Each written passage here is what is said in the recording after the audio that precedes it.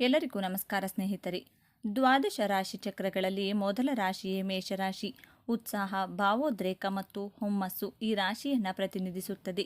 ಬೆಂಕಿಯ ಚಿಹ್ನೆಯನ್ನು ಹೊಂದಿರುವ ಈ ರಾಶಿಯನ್ನು ಮಂಗಳನು ಆಳುವನು. ಈ ರಾಶಿಯ ಅಡಿಯಲ್ಲಿ ಜನಿಸಿದವರು ಜೀವನದ ಎಲ್ಲ ಆಯಾಮದಲ್ಲೂ ತಾವೇ ಮೊದಲ ಸ್ಥಾನದಲ್ಲಿರುತ್ತೇವೆ ಎಂದು ಭಾವಿಸುತ್ತಾರೆ. ಎಂತಹ ಸಂಗತಿಗಳಲ್ಲಾದರೂ ತಮ್ಮದೊಂದು ಸ್ಥಾನವನ್ನು ಮಾಡಿಕೊಳ್ಳಲು ಸಾಕಷ್ಟು ಉತ್ಸಾಹವನ್ನು ತೋರುವರು. ಗಡಿಯಾರ ನಿನ್ನದೇ ಇರಬಹುದು. ನಿನ್ನ ಸಮಯ ಬಂದಾಗ ಸರಿಯಾಗಿ ಸದುಪಯೋಗಪಡಿಸಿಕೊಳ್ಳದಿದ್ದರೆ ಸಮಯ ಮತ್ತೆ ಹಿಂದಿರುಗಿ ಬರುವುದಿಲ್ಲ. ನಿಮ್ಮ ಆತ್ಮಬಲವೇ ನಿಮ್ಮ ದೊಡ್ಡ ಶಕ್ತಿ. ನಿಮ್ಮ ಮೇಲೆ ನಿಮಗೆ ಆತ್ಮವಿಶ್ವಾಸವಿರಲಿ.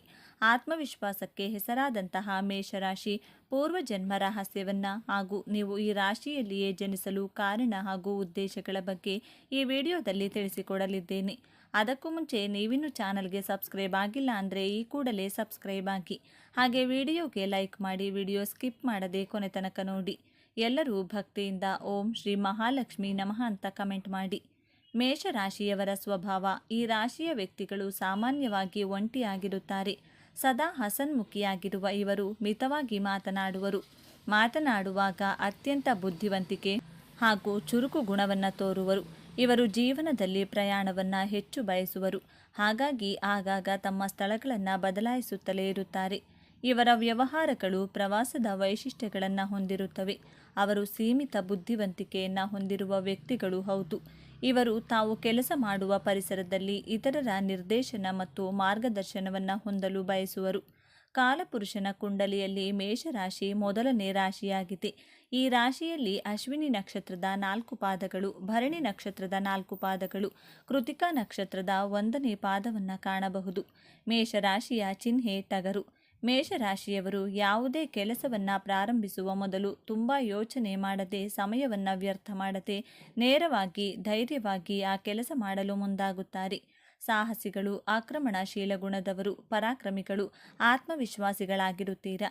ಆದರೆ ನಿಮ್ಮ ಪ್ರಾರಂಭಿಕ ಜೀವನ ಬಹಳ ಸಂಘರ್ಷದಿಂದ ಕೂಡಿರುತ್ತದೆ. ಆದ್ದರಿಂದ ನಿಮ್ಮ ಸಾಮರ್ಥ್ಯದಿಂದ ಜೀವನದಲ್ಲಿ ಯಶಸ್ಸನ್ನು ಪಡೆಯುವಂತಹ ಸ್ವಾಭಿಮಾನಿಗಳಾಗಿರುತ್ತೀರಾ. ಬೇರೆಯವರ ಹಂಗಿನಲ್ಲಿ ಜೀವಿಸಲು ಇಷ್ಟಪಡುವುದಿಲ್ಲ. ಮೇಷರಾಶಿ ಅಗ್ನಿತತ್ವ ರಾಶಿಯಾಗಿರುವುದರಿಂದ ಹೆಚ್ಚು ಕೋಪಿಸಿಕೊಳ್ಳುವುದು, ನೇರವಾದ ಮಾತುಗಾರಿಕೆ ಇವರ ಮೂಲ ಸ್ವಭಾವವಾಗಿರುತ್ತದೆ.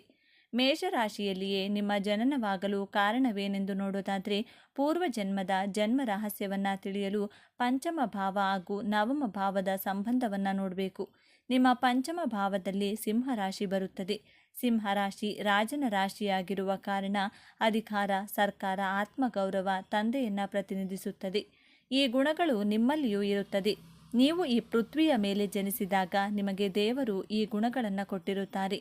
ನಿಮ್ಮ ಹಿಂದಿನ ಜನ್ಮದ ಅಪೂರ್ಣವಾದ ಕರ್ಮಗಳನ್ನು ನಿಮ್ಮ ಆತ್ಮ ಪೂರೈಸಿಕೊಳ್ಳಲು ಈ ಜನ್ಮದಲ್ಲಿ ಹೊಸ ಶರೀರವನ್ನು ಧಾರಣೆ ಮಾಡಿರುತ್ತದೆ. ಕುಂಡಲಿಯ ನವಮ ಸ್ಥಾನ ಪಂಚಮದಿಂದ ಪಂಚಮ ಸ್ಥಾನವಾಗಿದೆ. ನಿಮ್ಮ ಹಿಂದಿನ ಜನ್ಮದಲ್ಲಿ ನೀವು ನಿಮ್ಮ ತಂದೆಗೆ ಸಂಬಂಧಿಸಿದಂತಹ ಕಾರ್ಯಗಳನ್ನು ಅಪೂರ್ಣಗೊಳಿಸಿರುವ ಕಾರಣದಿಂದ ಹಾಗೂ ನಿಮ್ಮ ಕುಟುಂಬದವರ ಜವಾಬ್ದಾರಿಗಳನ್ನು ನಿಭಾಯಿಸಲು ಈ ಜನ್ಮದಲ್ಲಿ ಮೇಷರಾಶಿಯಲ್ಲಿ ಜನಿಸಿರುತ್ತೀರಾ. ಮೇಷರಾಶಿಯಲ್ಲಿ ಜನಿಸಿದಾಗ ನಿಮ್ಮ ಚತುರ್ಥ ಭಾವಾಧಿಪತಿ ಚಂದ್ರಗ್ರಹ ನಿಮ್ಮ ರಾಶಿಯಲ್ಲಿಯೇ ಬರುವುದರಿಂದ ನಿಮ್ಮ ತಾಯಿಗೆ ಸಂಬಂಧಿಸಿದಂಥ ಮಹತ್ವಪೂರ್ಣ ಕರ್ತವ್ಯಗಳನ್ನು ನಿಭಾಯಿಸಲು ನೀವು ಈ ರಾಶಿಯಲ್ಲಿ ಜನಿಸಿರುತ್ತೀರಾ. ರಾಜಕಾರಣದಲ್ಲಿ, ಸಮಾಜ ಸೇವೆ, ಮಿಲಿಟರಿ, ಆರ್ಮಿ, ಮಾನವ ಸಮಾಜದ ಕಲ್ಯಾಣಕ್ಕಾಗಿ ದುಡಿಯುವುದು ನಿಮ್ಮ ಆತ್ಮದ ಸೂಕ್ತ ಉದ್ದೇಶವಾಗಿರುತ್ತದೆ. ಮೇಷರಾಶಿಯವರಿಗೆ ಕರ್ತವ್ಯ ನಿಷ್ಠೆ ತುಂಬ ಮಹತ್ವವಾಗಿರುತ್ತದೆ. ಮೇಷರಾಶಿಯವರ ಅದೃಷ್ಟವೆಂದರೆ ನಿಮ್ಮ ಜೀವನ ಸಂಗಾತಿ ಅತ್ಯಂತ ಸುಂದರ ಹಾಗೂ ಬುದ್ಧಿವಂತರಾಗಿರುತ್ತಾರೆ. ಗುರುವಿನ ರಾಶಿಯಾದಂತಹ ಮೀನರಾಶಿ ನಿಮ್ಮ ವ್ಯಯಸ್ಥಾನದಲ್ಲಿ ಬರುವುದರಿಂದ ಗುರುಗ್ರಹ ನಿಮಗೆ ದಾನ ಧರ್ಮ ಮಾಡುವಂತೆ ಅವಶ್ಯಕತೆ ಇರುವವರಿಗೆ ಸಹಾಯ ಮಾಡಲು, ಆರ್ಥಿಕವಾಗಿಯೇ ಆಗಲಿ, ಮಾನಸಿಕವಾಗಿಯೇ ಆಗಲಿ ಅಥವಾ ಬೇರೆಯವರ ಜೀವನದ ಪ್ರಶ್ನೆಗಳಿಗೆ ನೀವು ಉತ್ತರ ಕೊಡುವ ರೀತಿಯಲ್ಲಾದರೂ ಸಹಾಯ ಮಾಡಲು ಪ್ರೇರೇಪಿಸುತ್ತದೆ. ಮೇಷರಾಶಿಯವರ ಜೊತೆಯಲ್ಲಿರುವವರಿಗೆ ಹೆಚ್ಚು ಲಾಭವಾಗುತ್ತದೆ. ಆದರೆ ಮೇಷರಾಶಿಯವರು ತೋರಿಸುವುದಕ್ಕೆ ಸಹಾಯ ಮಾಡುವುದಿಲ್ಲ. ಅಂದರೆ ಬಲಗೈಯಲ್ಲಿ ಮಾಡಿದಂತಹ ಸಹಾಯ ಎಡಗೈಗೂ ಗೊತ್ತಾಗಬಾರದೆಂದು ಭಾವಿಸುತ್ತೀರಾ. ನಕ್ಷತ್ರದ ಆಧಾರದ ಮೇಲೆ ನಿಮ್ಮ ಗುಣಗಳು ಸ್ವಲ್ಪ ಬದಲಾವಣೆಯಾಗುತ್ತವೆ. ಅಶ್ವಿನಿ ನಕ್ಷತ್ರದ ಅಧಿಪತಿ ಕೇತುಗ್ರಹ. ಅಶ್ವಿನಿ ನಕ್ಷತ್ರದಲ್ಲಿ ಜನಿಸಿದವರು ಬಹಳ ಬೇಗ ಕೆಲಸಗಳನ್ನು ಮಾಡಿ ಮುಗಿಸುತ್ತೀರಾ. ಅಶ್ವಿನಿ ನಕ್ಷತ್ರದವರು ನೀವು ಡಾಕ್ಟರ್ ಆಗದಿದ್ದರೂ ನಿಮ್ಮಲ್ಲಿ ರೋಗಗಳನ್ನು ವಾಸಿ ಮಾಡುವಷ್ಟು ಮನೆಮದ್ದುಗಳ ಜ್ಞಾನವಿರುತ್ತದೆ. ನೀವು ಸ್ವತಂತ್ರವಾಗಿ ಕೆಲಸ ಮಾಡಲು ಇಷ್ಟಪಡುತ್ತೀರಾ, ಟ್ರಾವೆಲ್ ಮಾಡಲು ಇಷ್ಟಪಡುತ್ತೀರಾ, ನಿಮ್ಮ ಕುಟುಂಬದ ಜವಾಬ್ದಾರಿಗಳನ್ನು ನಿಭಾಯಿಸುತ್ತೀರಾ. ಅಶ್ವಿನಿ ನಕ್ಷತ್ರದಲ್ಲಿ ಜನಿಸಿದವರಿಗೆ ನಿಮ್ಮ ತಾಯಿಯಿಂದ ಬಹಳಷ್ಟು ಲಾಭವಾಗುತ್ತದೆ. ನೀವು ಇಷ್ಟಪಟ್ಟವರಿಗೋಸ್ಕರ ಯಾವುದೇ ರೀತಿಯ ತ್ಯಾಗಕ್ಕೂ ಸಿದ್ಧರಾಗಿರುತ್ತೀರಾ. ನೀವು ಯಾವುದೇ ಕೆಲಸ ಪ್ರಾರಂಭ ಮಾಡಿದರೂ ಒಂದೇ ಒಂದು ಸಕ್ಸಸ್ ಆಗುವುದಿಲ್ಲ. 2 ಅಥವಾ 3 ಬಾರಿ ಪ್ರಯತ್ನ ಪಟ್ಟರೆ ಆ ಕೆಲಸದಿಂದ ಯಶಸ್ಸನ್ನು ಪಡೆಯುತ್ತೀರಾ. ನಿಮ್ಮ ತಾಯಿ ತುಂಬ ಸ್ಪಿರಿಚುಯಲ್ ಪರ್ಸನ್ ಆಗಿರುತ್ತಾರೆ. ಸಂಬಂಧಗಳಲ್ಲಿ ತುಂಬ ಲಾಯಲ್ ಆಗಿರುತ್ತೀರಾ. 2ನೇ ನಕ್ಷತ್ರ ಭರಣಿ ನಕ್ಷತ್ರ. ಭರಣಿ ನಕ್ಷತ್ರದ ಅಧಿಪತಿ ಶುಕ್ರಗ್ರಹ. ನಕ್ಷತ್ರದ ದೈವ ಯಮರಾಜ. ಭರಣಿ ನಕ್ಷತ್ರದಲ್ಲಿ ಜನಿಸಿದವರ ಇಚ್ಛಾಶಕ್ತಿ ಪ್ರಬಲವಾಗಿರುತ್ತದೆ. ವಿಲ್ ಪವರ್ ಸ್ಟ್ರಾಂಗ್ ಆಗಿರುತ್ತದೆ. ನ್ಯಾಯಪ್ರಿಯರು, ಸಮಯ ಪ್ರಜ್ಞೆ ಉಳ್ಳವರು. ನಿಮ್ಮ ಲೈಫ್ನಲ್ಲಿ 2ರಿಂದ 3 ಬಾರಿ ಸಡನ್ ಆಗಿ ಟ್ರಾನ್ಸ್ಫರ್ಮೇಷನ್ಗಳನ್ನು ಆಗುತ್ತವೆ.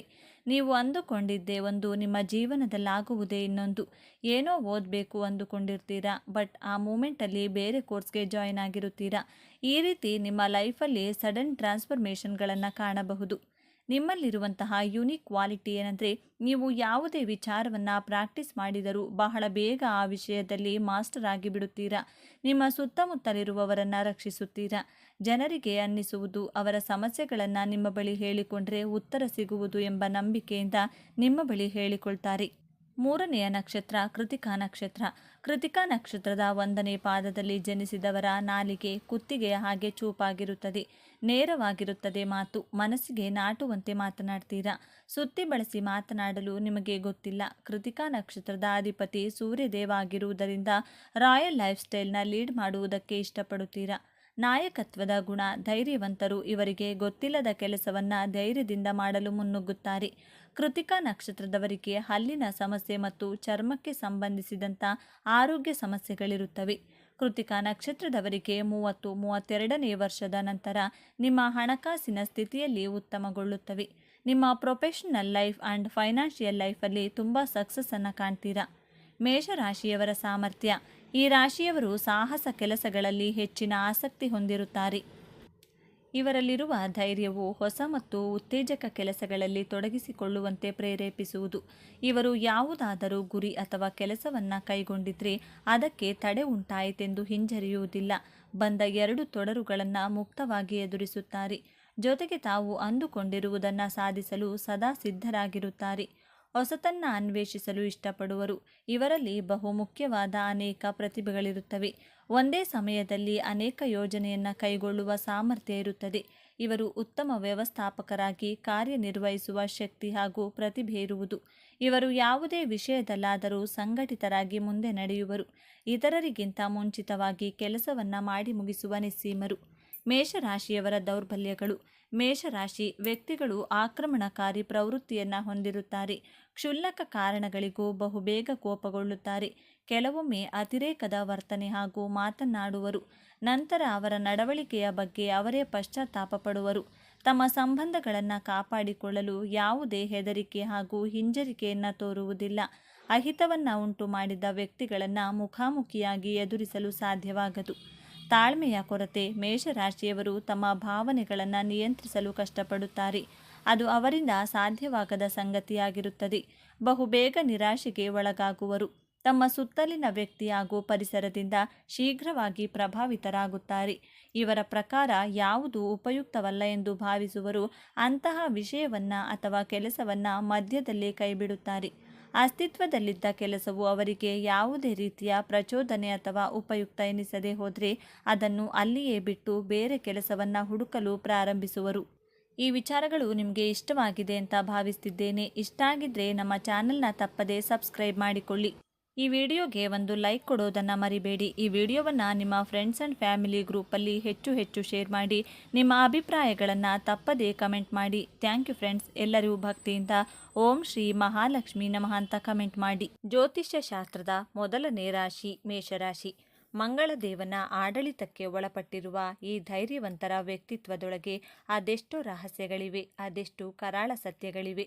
ನೀವು ಮೇಷರಾಶಿಯವರಾಗಿದ್ದರೆ ತಪ್ಪದೆ ಪೂರ್ತಿ ವಿಡಿಯೋ ನೋಡಿ ಜೈ ಆಂಜನೇಯ ಎಂದು ಕಮೆಂಟ್ ಮಾಡಿ. ವಿಡಿಯೋಗೆ ಒಂದು ಲೈಕ್ ಮಾಡಿ.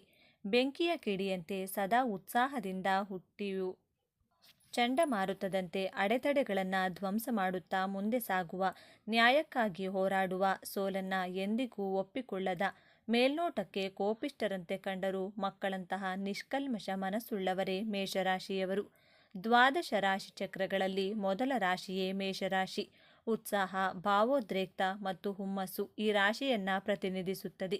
ಬೆಂಕಿಯ ಚಿಹ್ನೆಯನ್ನು ಹೊಂದಿರುವ ಈ ರಾಶಿಯನ್ನು ಮಂಗಳನು ಆಳುವನು. ಈ ರಾಶಿಯಡಿಯಲ್ಲಿ ಜನಿಸಿದವರು ಜೀವನದ ಎಲ್ಲ ಆಯಾಮದಲ್ಲೂ ತಾವೇ ಮೊದಲ ಸ್ಥಾನದಲ್ಲಿರುತ್ತೇವೆ ಎಂದು ಭಾವಿಸುತ್ತಾರೆ. ಎಂತಹ ಸಂಗತಿಗಳಲ್ಲಾದರೂ ತಮ್ಮದೊಂದು ಸ್ಥಾನವನ್ನು ಮಾಡಿಕೊಳ್ಳಲು ಸಾಕಷ್ಟು ಉತ್ಸಾಹವನ್ನು ತೋರುವರು. ರಾಶಿಚಕ್ರದ ಮೊದಲನೇ ಮತ್ತು ಅತ್ಯಂತ ಶಕ್ತಿಶಾಲಿಯಾದ ರಾಶಿ ಮೇಷರಾಶಿಯ ಬಗ್ಗೆ ಇಂದು ನಾವು ಸಂಪೂರ್ಣವಾಗಿ ತಿಳಿದುಕೊಳ್ಳೋಣ. ಮೇಷರಾಶಿಯ ಚಿಹ್ನೆ ಟಗರು. ಟಗರು ಹೇಗೆ ತನ್ನ ಗುರಿಯನ್ನು ಕಂಡೊಡನೆ ಮುಂದೆ ಏನಿದೆ ಎಂದು ಯೋಚಿಸದೆ ತನ್ನ ಬಲವಾದ ತಲೆಯಿಂದ ಗುದ್ದುತ್ತಾ ಮುನ್ನುಗ್ಗುವುದು, ಅದೇ ಮೇಷರಾಶಿಯವರ ವ್ಯಕ್ತಿತ್ವದ ಸಂಪೂರ್ಣ ಚಿತ್ರಣ. ಅವರು ಸವಾಲುಗಳನ್ನು ಕಂಡರೆ ಹೆದರುವುದಿಲ್ಲ, ಬದಲಾಗಿ ಅದನ್ನು ಎದುರಿಸಲು ಸದಾ ಸಿದ್ಧರಿರುತ್ತಾರೆ. ಅವರದ್ದು ನೇರ ನುಡಿ, ನೇರ ನಡೆ. ಸುತ್ತಿ ಬಳಸಿ ಮಾತನಾಡುವುದು, ಮುಖವಾಡ ಹಾಕಿಕೊಂಡಿರುವುದು ಇವರಿಗೆ ಬರುವುದೇ ಇಲ್ಲ. ಮೇಷರಾಶಿಯವರ ಸ್ವಭಾವ. ಈ ರಾಶಿಯ ವ್ಯಕ್ತಿಗಳು ಸಾಮಾನ್ಯವಾಗಿ ಒಂಟಿಯಾಗಿರುತ್ತಾರೆ. ಸದಾ ಹಸನ್ಮುಖಿಯಾಗಿರುವ ಇವರು ಮಿತವಾಗಿ ಮಾತನಾಡುವರು. ಮಾತನಾಡುವಾಗ ಅತ್ಯಂತ ಬುದ್ಧಿವಂತಿಕೆ ಹಾಗೂ ಚುರುಕು ಗುಣವನ್ನು ತೋರುವರು. ಇವರು ಜೀವನದಲ್ಲಿ ಪ್ರಯಾಣವನ್ನು ಹೆಚ್ಚು ಬಯಸುವರು.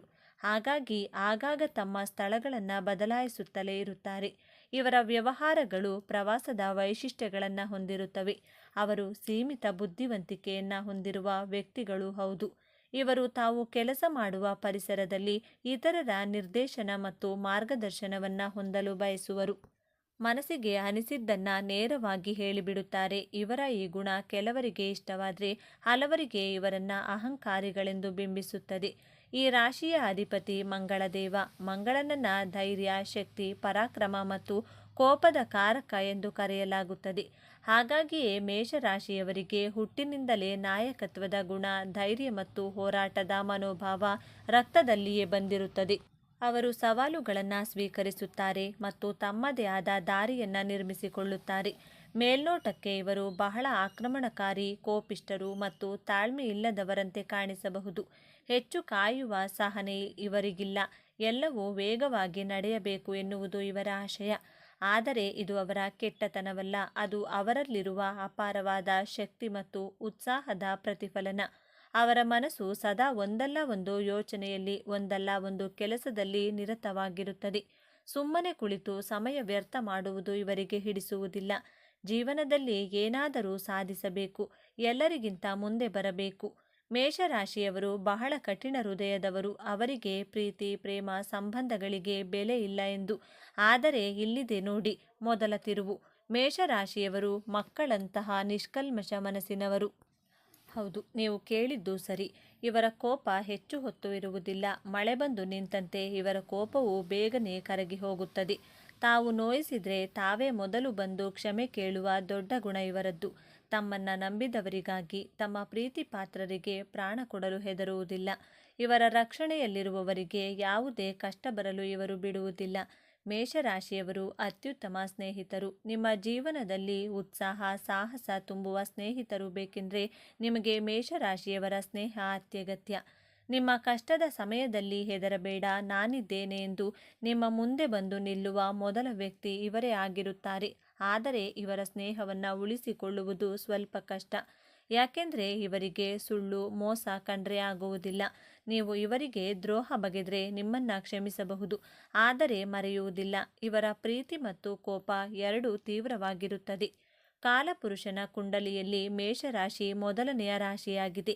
ಈ ರಾಶಿಯಲ್ಲಿ ಅಶ್ವಿನಿ ನಕ್ಷತ್ರದ 4 ಪಾದಗಳು, ಭರಣಿ ನಕ್ಷತ್ರದ 4 ಪಾದಗಳು, ಕೃತಿಕಾ ನಕ್ಷತ್ರದ 1ನೇ ಪಾದವನ್ನು ಕಾಣಬಹುದು. ವೃತ್ತಿ ಜೀವನಕ್ಕೆ ಬಂದರೆ ಇವರು ಹುಟ್ಟು ನಾಯಕರು. ಬೇರೆಯವರ ಕೆಳಗೆ ಕೆಲಸ ಮಾಡುವುದು ಇವರಿಗೆ ಇಷ್ಟವಾಗುವುದಿಲ್ಲ. ಇವರು ಸೈನ್ಯ, ಪೊಲೀಸ್, ರಾಜಕೀಯ, ಕ್ರೀಡೆ, ಉದ್ಯಮಶೀಲತೆ ಮತ್ತು ಯಾವುದೇ ರೀತಿಯ ಸ್ಪರ್ಧಾತ್ಮಕ ಕ್ಷೇತ್ರಗಳಲ್ಲಿ ಉನ್ನತ ಸ್ಥಾನವನ್ನು ತಲುಪುತ್ತಾರೆ.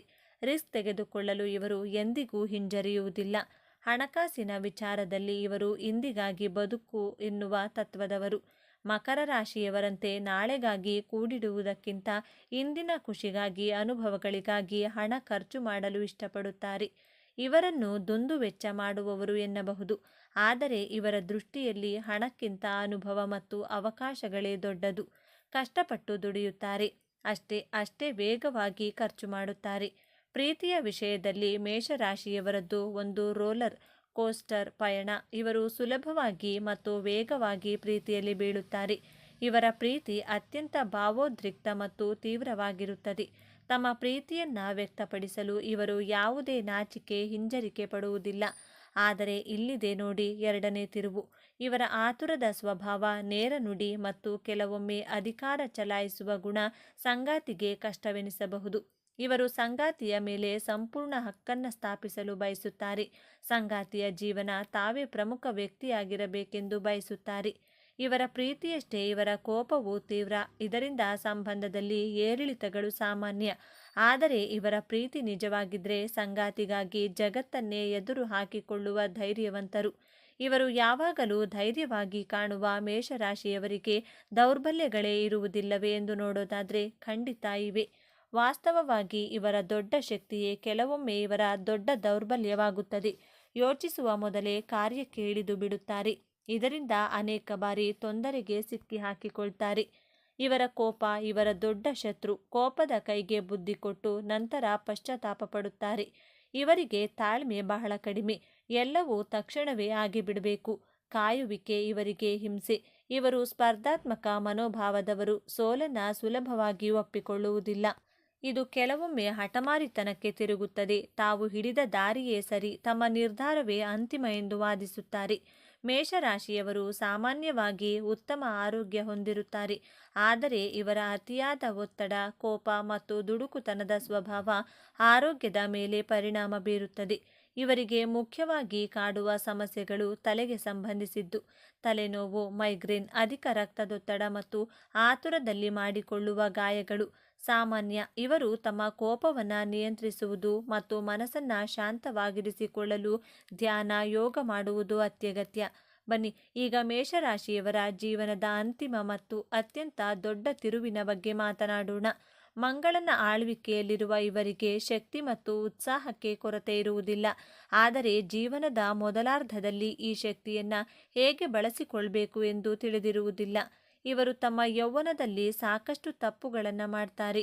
ದುಡುಕಿ ನಿರ್ಧಾರ ತೆಗೆದುಕೊಂಡು ಕೈ ಸುಟ್ಟುಕೊಳ್ತಾರೆ. ಅನೇಕ ಕೆಲಸಗಳನ್ನು ಉತ್ಸಾಹದಿಂದ ಪ್ರಾರಂಭಿಸಿ ಮಧ್ಯದಲ್ಲಿಯೇ ಬಿಟ್ಟು ಬಿಡ್ತಾರೆ. ಇವರ ಜೀವನದ ಮೊದಲ ಆರಂಭ ಹೋರಾಟ, ತಪ್ಪುಗಳಿಂದ ಕಲಿಯುವುದು ಮತ್ತು ಅನುಭವಗಳನ್ನು ಗಳಿಸುವುದರಲ್ಲಿ ಕಳೆದು ಹೋಗುತ್ತದೆ. ಆದರೆ ಇಲ್ಲೇ ಇರೋದು ನಿಜವಾದ ಮ್ಯಾಜಿಕ್. ವಯಸ್ಸು ಹೆಚ್ಚಾದಂತೆ, ಸಾಮಾನ್ಯವಾಗಿ 30ರಿಂದ 35 ವರ್ಷಗಳ ನಂತರ ಇವರು ತಮ್ಮ ಶಕ್ತಿಯನ್ನು ಸರಿಯಾದ ದಾರಿಯಲ್ಲಿ ಬಳಸುವುದನ್ನು ಕಲಿಯುತ್ತಾರೆ. ಇವರ ಆಕ್ರಮಣಕಾರಿ ಸ್ವಭಾವ ನಾಯಕತ್ವವಾಗಿ ಬದಲಾಗುತ್ತದೆ. ಇವರ ದುಡುಕುತನ ಲೆಕ್ಕಾಚಾರದ ರಿಸ್ಕ್ ಆಗಿ ಪರಿವರ್ತನೆಯಾಗುತ್ತದೆ. ಯೌವನದಲ್ಲಿ ಮಾಡಿದ ತಪ್ಪುಗಳಿಂದ ಪಾಠ ಕಲಿತು ಜೀವನದ ಉತ್ತರಾರ್ಧದಲ್ಲಿ ಇವರು ದೊಡ್ಡ ಸಾಮ್ರಾಜ್ಯವನ್ನೇ ಕಟ್ಟುತ್ತಾರೆ. ಯಾರು ಇವರನ್ನ ಆತುರಗಾರ, ಕೋಪಿಷ್ಟ ಎಂದು ಕರೆದಿದ್ದರೂ ಅವರೇ ಇವರ ನಾಯಕತ್ವವನ್ನು ಒಪ್ಪಿಕೊಳ್ಳುವಂತೆ ಮಾಡ್ತಾರೆ. ಮೇಷರಾಶಿಯವರು ತಮ್ಮ ಜೀವನವನ್ನು ಇನ್ನಷ್ಟು ಉತ್ತಮಪಡಿಸಿಕೊಳ್ಳಲು ಕೆಲವು ಸಲಹೆಗಳು ಹೀಗಿದೆ. ಯಾವುದೇ ನಿರ್ಧಾರ ತೆಗೆದುಕೊಳ್ಳುವ ಮೊದಲು ಒಂದು ಕ್ಷಣ ಯೋಚಿಸಿ. ತಾಳಿದವನು ಬಾಳಿಯಾನು ಎಂಬ ಗಾದೆ ನಿಮಗಾಗಿಯೇ ಮಾಡಿದ್ದು. ಕೋಪ ಬಂದಾಗ ಆ ಜಾಗದಿಂದ ದೂರ ಹೋಗಿ ಅಥವಾ ನೀರು ಕುಡಿಯಿರಿ. ಧ್ಯಾನವನ್ನು ಮತ್ತು ನಿಮ್ಮ ದಿನಚರ್ಯ ಭಾಗವಹಿಸಿಕೊಳ್ಳಿ. ಯಾವಾಗಲೂ ನಿಮ್ಮದೇ ಸರಿ ಎನ್ನಬೇಡಿ. ಕೆಲವೊಮ್ಮೆ ಇತರರ ಸಲಹೆಗಳನ್ನು ಸ್ವೀಕರಿಸಿ. ಪ್ರತಿ ಮಂಗಳವಾರ ಆಂಜನೇಯ ದೇವಸ್ಥಾನಕ್ಕೆ ಭೇಟಿ ನೀಡುವುದು, ಹನುಮಾನ್ ಚಾಲಿಸ ಪಠಿಸುವುದರಿಂದ ನಿಮ್ಮ ಮನಸ್ಸಿಗೆ ಶಾಂತಿ ಮತ್ತು ಧೈರ್ಯ ಲಭಿಸುತ್ತದೆ. ಹಾಗಾದರೆ ಮೇಷರಾಶಿ ಎಂದರೆ ಕೇವಲ ಕೋಪ, ಅಹಂಕಾರವಲ್ಲ. ಅವರೊಳಗೆ ಒಂದು ಮುಗ್ಧ ಮನಸ್ಸಿದೆ. ಎಲ್ಲರನ್ನೂ ಮುನ್ನಡೆಸುವ ನಾಯಕನಿದ್ದಾನೆ. ಅನ್ಯಾಯದ ವಿರುದ್ಧ ಹೋರಾಡುವ ಯೋಧನಿದ್ದಾನೆ. ಮತ್ತು ಎಲ್ಲಕ್ಕಿಂತ ಹೆಚ್ಚಾಗಿ ಸೋತು ಕುಳಿತುಕೊಳ್ಳದೆ ಮತ್ತೆ ಮತ್ತೆ ಎದ್ದೇಳುವ ಅದ್ಭುತ ಚೈತನ್ಯವಿದೆ. ಮುಂದಿನ ಬಾರಿ ನೀವು ಯಾವುದೇ ಮೇಷರಾಶಿಯವರನ್ನು ಭೇಟಿಯಾದಾಗ ಅವರ ಕೋಪದ ಹಿಂದಿರುವ ಆ ಮಕ್ಕಳಂತಹ ಮನಸ್ಸನ್ನು ಮತ್ತು ಅವರ ಧೈರ್ಯವನ್ನು ಗೌರವಿಸಲು ಪ್ರಯತ್ನಿಸಿ. ಇದೇ ತರಹದ ಜ್ಯೋತಿಷ್ಯಕ್ಕೆ ಸಂಬಂಧಪಟ್ಟಂಥ ವಿಡಿಯೋ ನೋಡಲು ನಮ್ಮ ಚಾನಲ್ಗೆ ಸಬ್ಸ್ಕ್ರೈಬ್ ಆಗಿ, ವಿಡಿಯೋ ಲೈಕ್ ಮಾಡಿ, ಶೇರ್ ಮಾಡಿ. ಓಂ ಶ್ರೀ ಮಹಾಲಕ್ಷ್ಮಿ ನಮಃ ಅಂತ ಕಮೆಂಟ್ ಮಾಡಿ. ಧನ್ಯವಾದಗಳು.